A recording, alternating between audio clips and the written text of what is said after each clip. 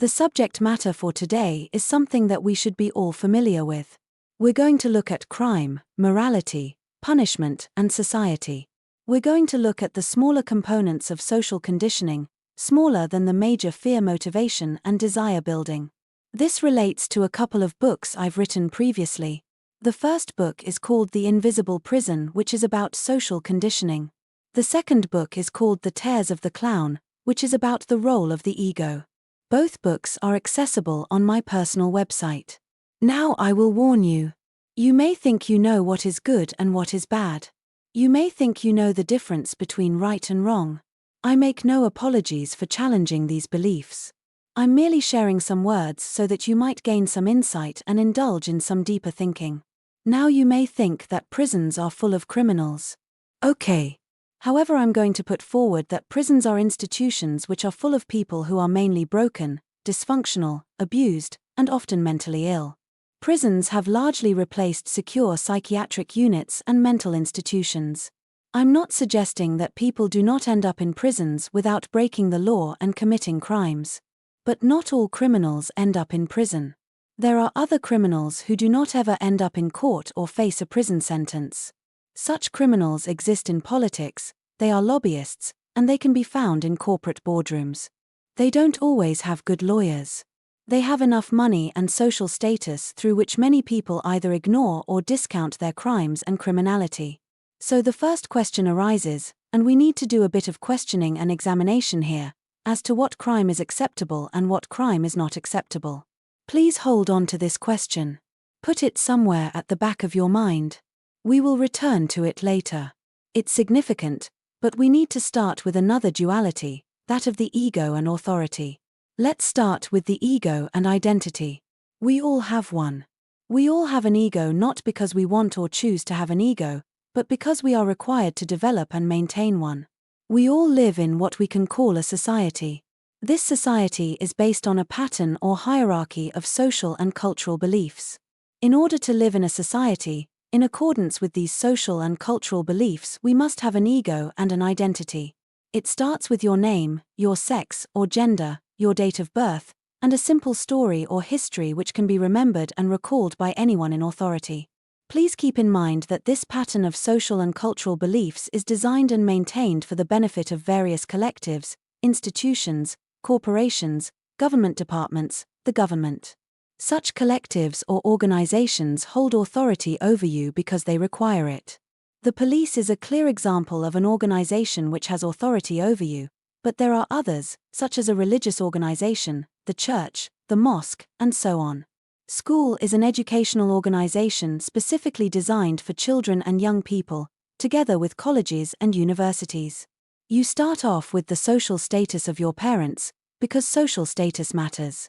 Your parents hold some kind of authority over you, because they're supposed to teach you what is necessary for life. But they don't hold the same authority over you as an organization or institution. So starting in your childhood, you are put through a process of social and mental conditioning in order to develop an ego which is worthy of good model citizenry and widespread social respectability. You are expected to hold beliefs which conform to the specific pattern of social and cultural beliefs of your society. This includes following some kind of ideology. The beliefs and ideology are all part of the identification process and link back to your ego. There is no believer and belief here, there is just the belief and you are what you believe. It all links back to your ego. So we come back to your ego. You are expected to have two different versions of your ego. There's your current ego, your identity, your social status, your beliefs, your ideologies, your worldview, and your internal principle or model of authority. Then you are expected to have a future version of your ego. This is who you will become. This is who you aspire to being in the future. In some cases, this is who you are trying to become. Please note that if you are basing your ego on some past ego, and having to offer stories or narratives from a past ego, then many people will see you as washed up or a failure. While this is not necessarily true, because you may have seen through the social game and become more consciously aware, many people in the collective, still locked in the invisible prison of their mind and conditioning, will not pick up on clues and ask further. There is a reason why in the mystical sphere we call social thinking the thinking, judging mind. It can also be called the conditioned mind. We can also call it the consciously unaware. People who are asleep. Many of these people who are asleep claim to be awake. I wish to point that out. But more on this later. So we come back to the process of social and mental conditioning. The core components of social conditioning, mental conditioning, and cultural engineering are fear motivation, desire creation and building, and guilt. Out of fear motivation and guilt we get punishment and social stigma. These are the primary tools of authoritarianism and mind control. None of these components and tools are worth anything without morality and moral reasoning. This is why morality and moral reasoning are baked into the pattern of social and cultural beliefs. From relatively early childhood, these tools and components have been used on you and everyone else. It starts after the first couple of years in primary school. Do this. Don't do that. Be this. Don't be that. You must do this. You should not do that. School is no different from prison or the military. It's a system and you are a unit of that system. School is an environment where being is stifled and disempowered, wonder and curiosity is stamped out, and young minds are corrupted in what we call education. We are taught the same things, told how to think, what to think, and what we should know. School is where the child learns fear, through punishment, through social stigma, through bullying, where they learn conformity, and where they learn rule following. As the child gets older, they get told that life is serious, and this is where they learn that they need to develop a future ego. We are all put through this process of education. It is a traumatizing process, and hardly anybody gets through it unscathed. There's a couple of things I want to point out here. You're told that you have freedom and free will. You have neither. There is no such thing as free will, especially in a physical sense. It simply does not exist because physical existence is based on attachment. Your social conditioning is based on many different attachments and associations. Will is desire, and implies some kind of attachment, so there is no such thing as free will. It's an oxymoron. For similar reasons, freedom comes with responsibility, and it is through this sense of responsibility you can be held responsible and made to feel guilty. Therefore, freedom and free will are mental traps designed to disempower you and enslave you to your social conditioning. What you have instead is personal autonomy. But your personal autonomy is relative to personal agency. The choices you make in life are determined by the opportunities accessible to you and the possibilities you can perceive. It's not the same as freedom or free will. Personal autonomy is real. Freedom and free will are not. Therein lies the difference. Next. I'm not going to name names or point fingers. It is not necessary. It's only the conditioned mind that seeks to apportion blame, point fingers, and find fault. They criticize. They ridicule. They blame. They stigmatize. They point fingers. These people are playing the same game according to the same rules of their social conditioning. It's a pointless game because morality is always relative. What is right and wrong is just your opinion. What is good and bad is just your opinion. So remember, as you point your fingers, usually you end up with 3 fingers pointing back at you. The consciously aware among us do not need to find fault, blame anyone, accuse anyone or point fingers. They see the game for what it is and they understand what is going on. They see through the social conditioning and refuse to play the game.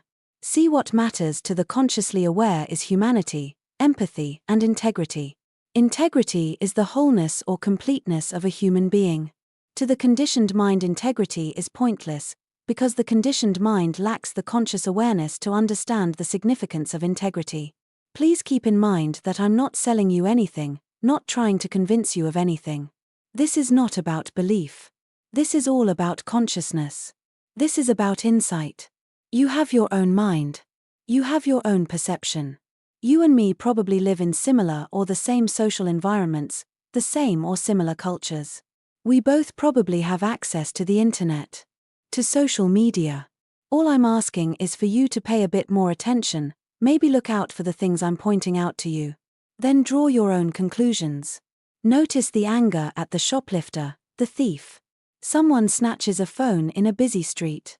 Someone evades their fare on the train or the bus. People get angry. They start to point fingers, apportion blame, ask who is responsible.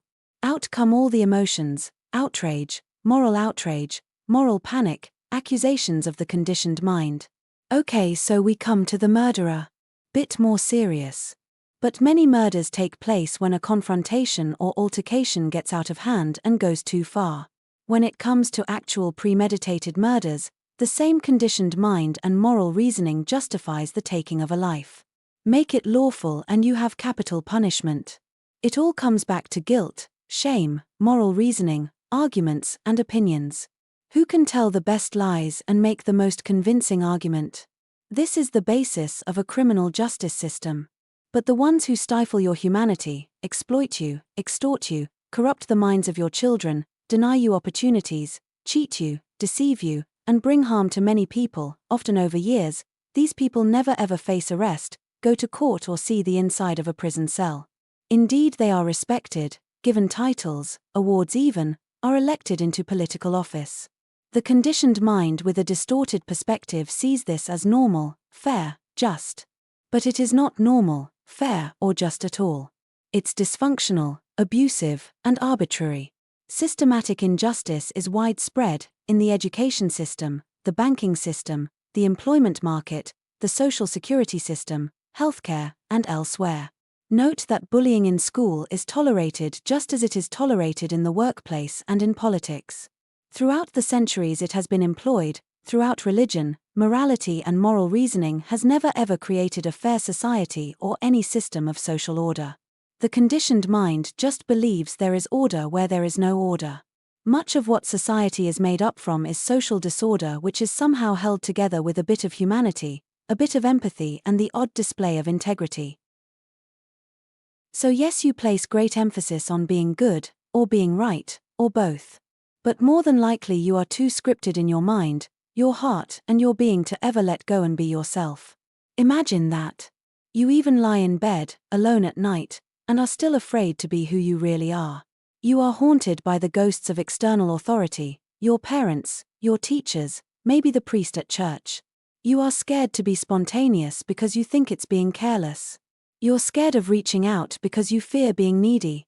You're afraid of being the things you feel you want to be because it falls into the category of don't be that or don't do that. You're constantly judging yourself. Even if you don't, the inner voice of ego, this is the jailer in your invisible prison. This is the whole point of morality. See, the priest, preacher, and politician figured out that chains and shackles were burdensome, heavy, and visible. But see, using morality, external authority, guilt, and fear motivation, such as the fear of being left out, they can enslave you with invisible chains. Invent another version of the ego, the shadow, the dark side, and they have complete control over you. There's many people out there, you might be one of them, who feel that there is something bad, unacceptable, immoral about you. You try to justify yourself through your life experiences, through your relationships. You worry about whether you are acceptable to others. You worry about whether you can ever be truly loved. You worry about whether you have achieved enough. You keep secrets and hope nobody finds out about that secret side of you. The bad side. The past mistakes. Just remember, nobody else can read your mind. But still you are compromised. You remain corrupted by your past social conditioning and firmly attached to your ego. Much of the point of your life, or the objective, if we can frame it in those terms, is to find a way of liberating yourself from your past social and mental conditioning and learn to manage your ego. Being nothing more than identity, your ego is your mask, your character, the role you play around others and in society. It is not who you really are. It is just who you are being in a given social context. It's just a game of tinker, tailor, soldier, sailor. This is why we mystics call this the social game. It's a game of role play. Yet most people take it all so seriously, they cling so tightly, and they become lost in the madness, confusion, and sickness of society. So you have to answer the persistent question of who you really are. Who is the real you? Who are you not in terms of society, but who are you in terms of nature, the universe, this planet? You have to dig deeply and seek within behind the mask. Assumptions don't count. You really do have to dig deep and seek answers to those uncomfortable questions. You have to be willing to confront yourself in front of the mirror in the morning. You have to bounce the questions and answers off your bedroom ceiling. You need to be prepared to cultivate that open mind strong enough and receptive enough so that the signs of who you really are come through and make it very clear. This is where perspective becomes incredibly important. If we can think of being as a spectrum, on one end of the spectrum you have spirit and on the other end of the spectrum you have ego. Where you center your perspective is incredibly important. For example, if you are centered on your ego, then truth will feel uncomfortable and inconvenient. This is because truth, which you have to create out of insight, will inevitably challenge or break your beliefs, your concepts, and your fixed models of reality and authority. On the other hand, if your perspective is centered on or near spirit, truth will manifest as a release and a sense of being a significant part of a puzzle. Please keep in mind, you never know what truth is, just as you never know what enlightenment is or what awareness is. The same is true of love. What I'm talking about here are manifestations of consciousness. Consciousness lies beyond all concepts, all words, all language, all thought.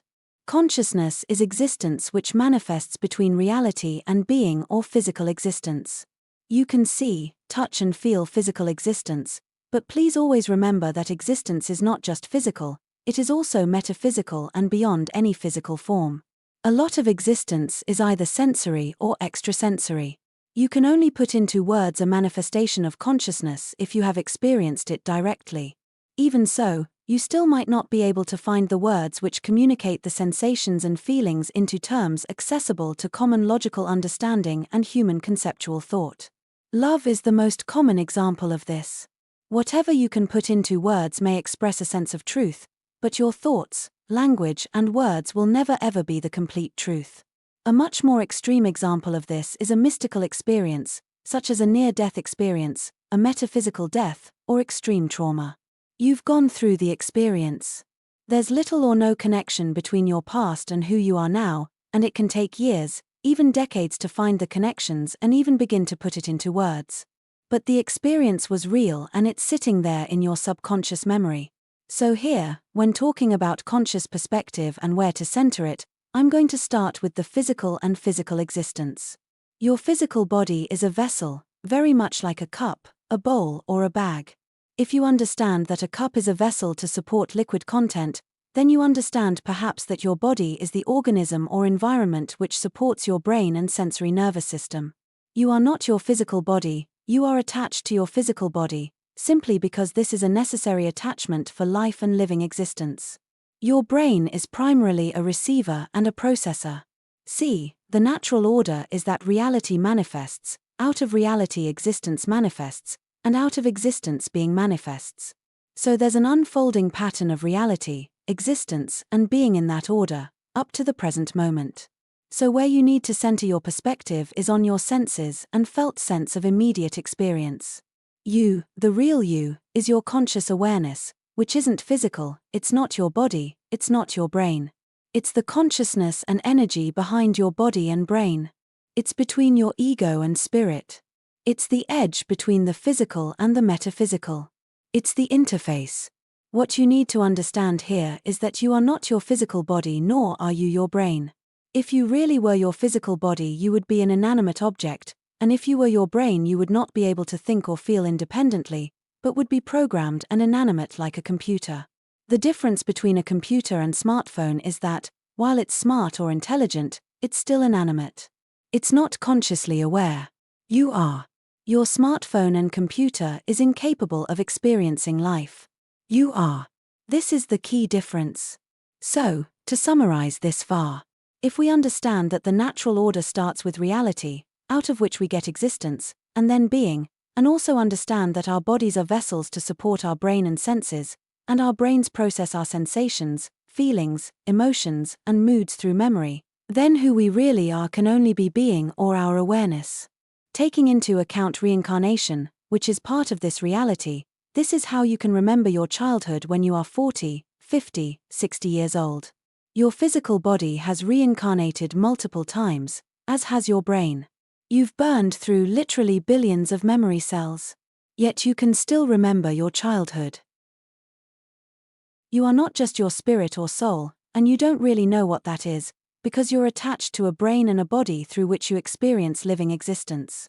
Sure, you can experience déjà vu, premonitions, precognition, have visions, dreams, flashes of insight, but nowhere near enough to figure out what your soul or spirit means. Spirit and soul is in there, but you don't know to what degree or what it really is.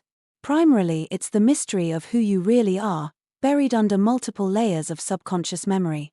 So it makes sense to center your perspective on your senses and sensory input on the interface between the physical and the metaphysical, which is where you are centered in or on your awareness. This is on the edge of the interface between fields and dimensions. The dimensions can be physical or metaphysical, and these determine what's in the field, which may be 3-dimensional reality, 4-dimensional reality if we add time, and 5-dimensional reality if we add spirit. Changes in the field affects the dimensions, and the changes in the dimensions affect what's in the field. This is what we call the balanced perspective, both physical and metaphysical. I understand that much of what we're going through here may seem like utopia, fantasy, maybe even mystical nonsense. Maybe it doesn't make that much sense to you. But just maybe you're listening to all this from the distorted perspective of the conditioned mind. Perhaps if you listen with an open mind and let whatever information you hear simply pass through your mind, some of it will make sense. My content is based on metaphysics and therefore actual reality. I'm not here to teach you, save you, or anything of that nature. I'm not putting out this content for likes, followers, or subscribers, nor am I trying to make money. There is no Patreon.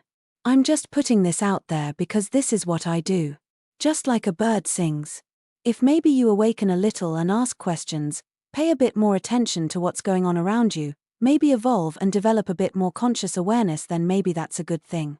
There's a couple of things to consider here.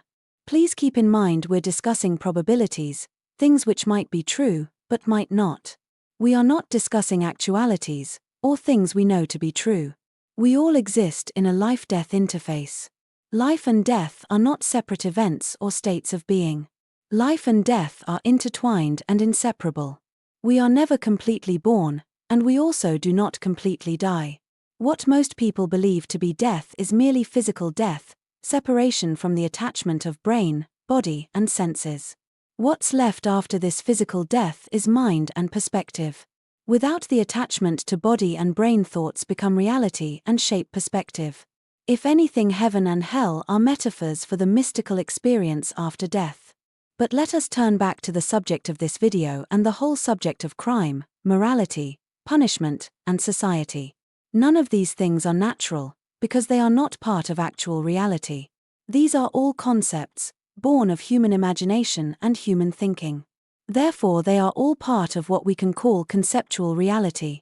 Cultural reality is another term for conceptual reality.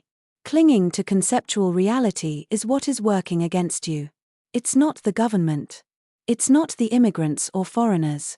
It's not some secret cabal or society of people. It's the paradigm of social and cultural beliefs on which your society is based.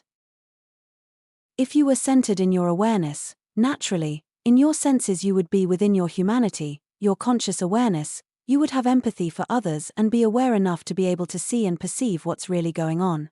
You would have no need to follow an ideology or a belief system. You would not be committing crimes. You would have no need to act against either someone else or your own interests. See, if you listen to people in spiritual circles, you will hear the term enlightenment and an enlightened being.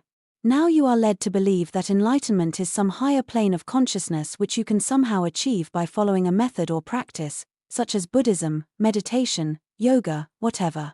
This is not the case. What enlightenment really means is to be a natural human being, centered on your senses, and being who you really are. This means being completely free and liberated from both your ego and your conditioned mind. I'm not suggesting that you get rid of your ego or conditioned mind, because that's not possible. It's still part of who you are, part of your incarnation. This is like the chicken and egg, or say a caterpillar and butterfly. From the egg's perspective, a chicken is something to aspire to. But see, a chicken cannot be a chicken unless it was once an egg. Similarly, a caterpillar does not know what it's like to be a butterfly, because it's a caterpillar. But you know that the caterpillar is going to become a chrysalis, and then a butterfly. You don't become a butterfly by becoming a chrysalis, because it's nature which transforms a chrysalis into a butterfly. Similarly, once you become centered on your senses, you become enlightened simply because your senses is where you are meant to center your perspective. You don't need a method, a spiritual practice, or a religion to become enlightened, because nature figured it all out for you millions of years ago. Therefore, there is some sense in inhabiting whatever role your ego demands lightly, and not taking your past conditioning or ego that seriously. See, it's all made up and conceptual anyway. Most people take their ego and past conditioning seriously, and treat nature frivolously, when it should be the other way round. There's a big difference in taking what's happening all around you seriously, and seeing the nonsense going on around you for what it really is, nonsense. But to get from one state of being or mind to the other requires evolution, which is the whole point of life. You get nothing from morality or society because it is all a zero-sum game. Please always remember that.